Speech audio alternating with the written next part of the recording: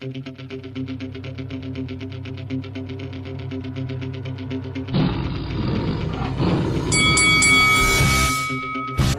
up, this is your boy Roy Jones Jr. and you're watching Lights Out. This is Faisal for Lights Out, proudly sponsored by Spartans Law. I'm here in London.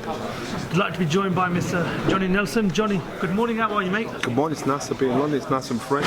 We're right next door to the secret Richard Williams gym, the secret gym, nice little setup down here. So get yourself down, so people know where it is. But this is we're here for the press conference between Liam Williams and Chris Jr. And the good thing is there's also creams next door as well, so you're planning on taking a trip and getting some dessert after the press conference? Hey, that's how we roll. Right, December the 11th in Cardiff, England versus Wales. Liam Williams versus Chris Eubank Jr. Talk to me about it, Johnny. Good fight. It's a good fight. So Liam trains at our gym actually, and I know what he's like. I know he's tough. I know if you stand there to have an argument with him, he'll give you an argument, all right? And that's where he's happiest. Then you look at Chris. Chris likes an argument, but now he's joined forces with Roy. Roy is teaching him the finesse to be finer, to box as well as fight. Now this could be about ego, because if Chris goes in there and tries to dominate and bully and bash Liam, that's exactly what he wants. So then would he back off and think, you know what, I'm going to outbox you, I'm going to outbash you, or I'm going to outbash you, beat a game that I'm good at. So you've got two guys that love to fight, and you've got one guy that can box, that is now learning to box, and so it's a case of how it will turn out. Let's talk a bit about Chris. This will obviously be his third fight with Roy Jones Jr. What have you made of under Roy Jones Jr. in the previous? I think the best thing he did. What I see looks like Roy's probably, and I might be wrong, I think Roy's probably the trainer that he probably listens to and respects to be guided. I know he's that. Chris's father before said my son doesn't need a trainer. That's ridiculous. But I think Chris respects Roy, and because he respects him, he listens to him. And then you can see that at times when Chris has boxed fights, when he's taking the rounds, he needs the rounds to practice what he's been working on. Roy Jones is no fool, so he's not going to waste his time on anybody. You know, he wants to make sure if he's going to spend his time on somebody and he's put his reputation on somebody, they're going to listen. It's going to be worth the while. I think it's a good combination. I think it works. Before Chris's last fight, there was a lot of talks of ending the year with a potential big fight with such as a Golovkin or that Dillian Whyte rematch. We all know that Golovkin is now tied up with at the end of December. Dillian next move still seems to be unknown.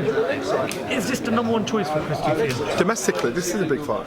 Domestically, it's a good fight because the amount of people that said, "Wow, this might be a banana skin for Chris." So it's a fight where we don't think it's not like he's fighting Mark Morrison. Think, "Joe, this is a done deal."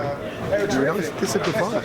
So if the big fights that he's chasing can't be obtained, I understand that. So he's taking the next step to get the attention, get people talking, get people thinking, I'm interested in this. I like this fight. Given the fact that Liam's fought for a world title back in April and put up a decent performance against Demetrius Andrade, Chris is trying to push on for a world title shot, and as I just mentioned, those big names such as the Golovkins and the Billy Joe Saunders. Who do you think needs this fight more? They both do.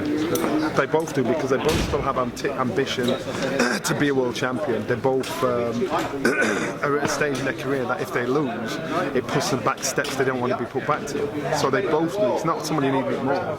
And this is why this fight is intriguing, because you've got two hungry fighters, two hungry, ambitious fighters. And usually when the scales are tipped, when you've got one that's not got as much ambition as the other, that's where you kind of know who the winner is. So again, I think they both need it. There's just much on the line for the both of them. What type of fight do you think we're going to get on December the 11th? I think this fight is going to be. It can go one of two ways. I have a funny feeling it's going to be a bit of a toe-to-toe most of the time. I can see Roy getting frustrated with Junior because Junior think, look, I can walk through this, but he's going to try and box and fight him. Liam's from a gym of unorthodox fighters, and he's a fighter. So I don't think Chris is unorthodox enough to give him hellfire, but I do know that Liam will not be surprised at what's in front of him. Okay, makes for a good fight. Just want to get your thoughts on what went down on Saturday in Sheffield. Kid Galahad losing his world titles to Martinez. A lot of people I've spoken to have said that Kid Galahad has sort of outgrown a featherweight. First of all, your thoughts on his performance, and second, I think he boxed brilliantly. He gave a man a chance that shouldn't have had one. Basically, he's totally outboxing Martinez. He was, it was just a matter of time. This happens in boxing. We've seen it many times where the better fighter gets beat by the lesser fighter, and you learn your lesson, come back and rematch and fix it. So the only thing that's painful here is the ego being dented and being knocked out in front of your home crowd in such a fashion. I believe Kid getting the rematch will be a two-time world champion, get it back again. I believe that's the case. I believe he's tightened the weight, and I wouldn't be surprised if he stepped up a weight. And again, makes the potential of him and Warrington fighting again very strong. So all box ticks there. All boxes are ticked there. Would you like to see him take the rematch immediately? Or yes. And there's many times when people say things like this about why would you take the rematch immediately? Why not? Why wouldn't you? I don't get it. If you're a fighter, you're a fighter. They said it about AJ when he lost to Ruiz. They said it about AJ now against Usyk. Now they're saying about Kid. Just because a guy loses to somebody, it depends on the fashion of the loss. And if you're a boxer and you're fighting somebody, if you get beaten by somebody, if you're totally outboxed in every department and you're light years away from catching up to that guy in ability, then no, don't take a rematch. But usually if a guy beats a guy and you think, wow, that was tight, you figure out, that won't happen the next time. And this is one of those fights. I'd be surprised if Martinez beat Kid in the rematch. The WBC at the convention yesterday said that they won't order the Dillian Whyte mandatory fight against Tyson Fury due to an ongoing arbitration case against Dillian Whyte. Your thoughts on that, Johnny? It's a joke. It's a complete and utter joke. And unfortunately, the favourite, it's never been in Dillian's favour. And governing bodies don't do themselves any favours with some of the decisions you make.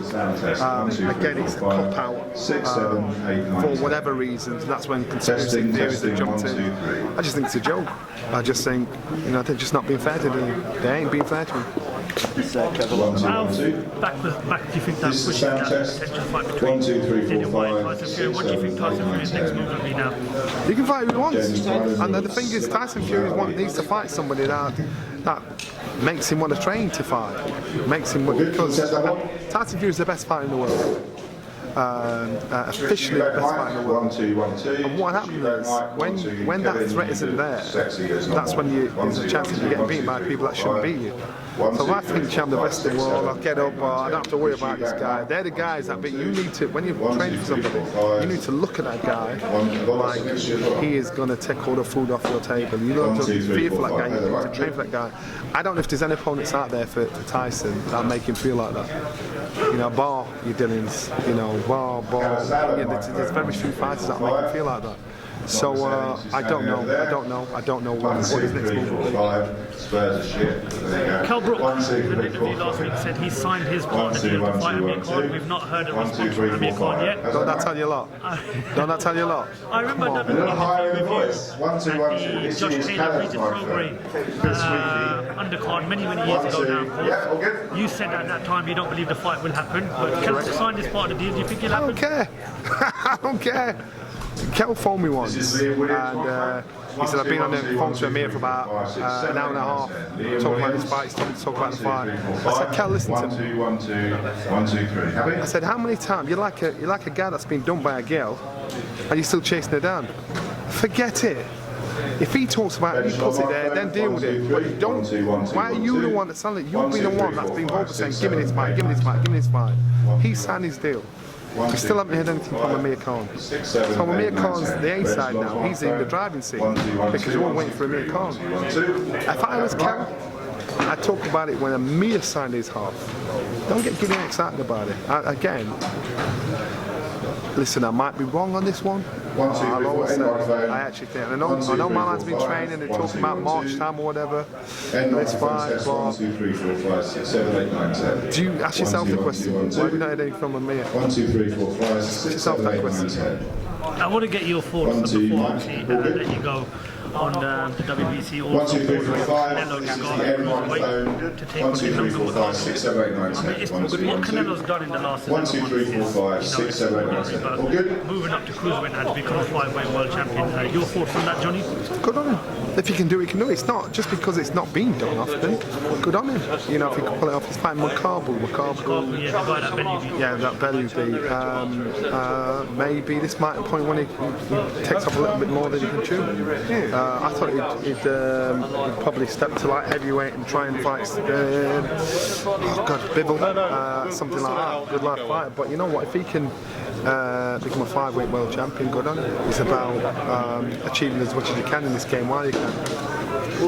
All right, well, Johnny, thank you very much for your time and pleasure as always, and we look forward to catching up with you at Fight Week during Williams versus Eubank in Cardiff.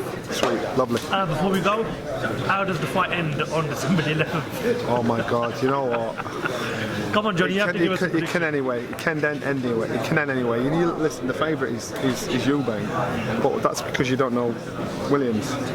That's because you don't. I know him. I know what this kid's capable of doing. So I'd not be surprised. You know, your favourite is Eubank because he's proved it on the many scales. Williams hasn't had the opportunity to do that. So let's just wait and see. It's going to be a good fight, right, Johnny? I'll let you go now. Thank you very much for your time.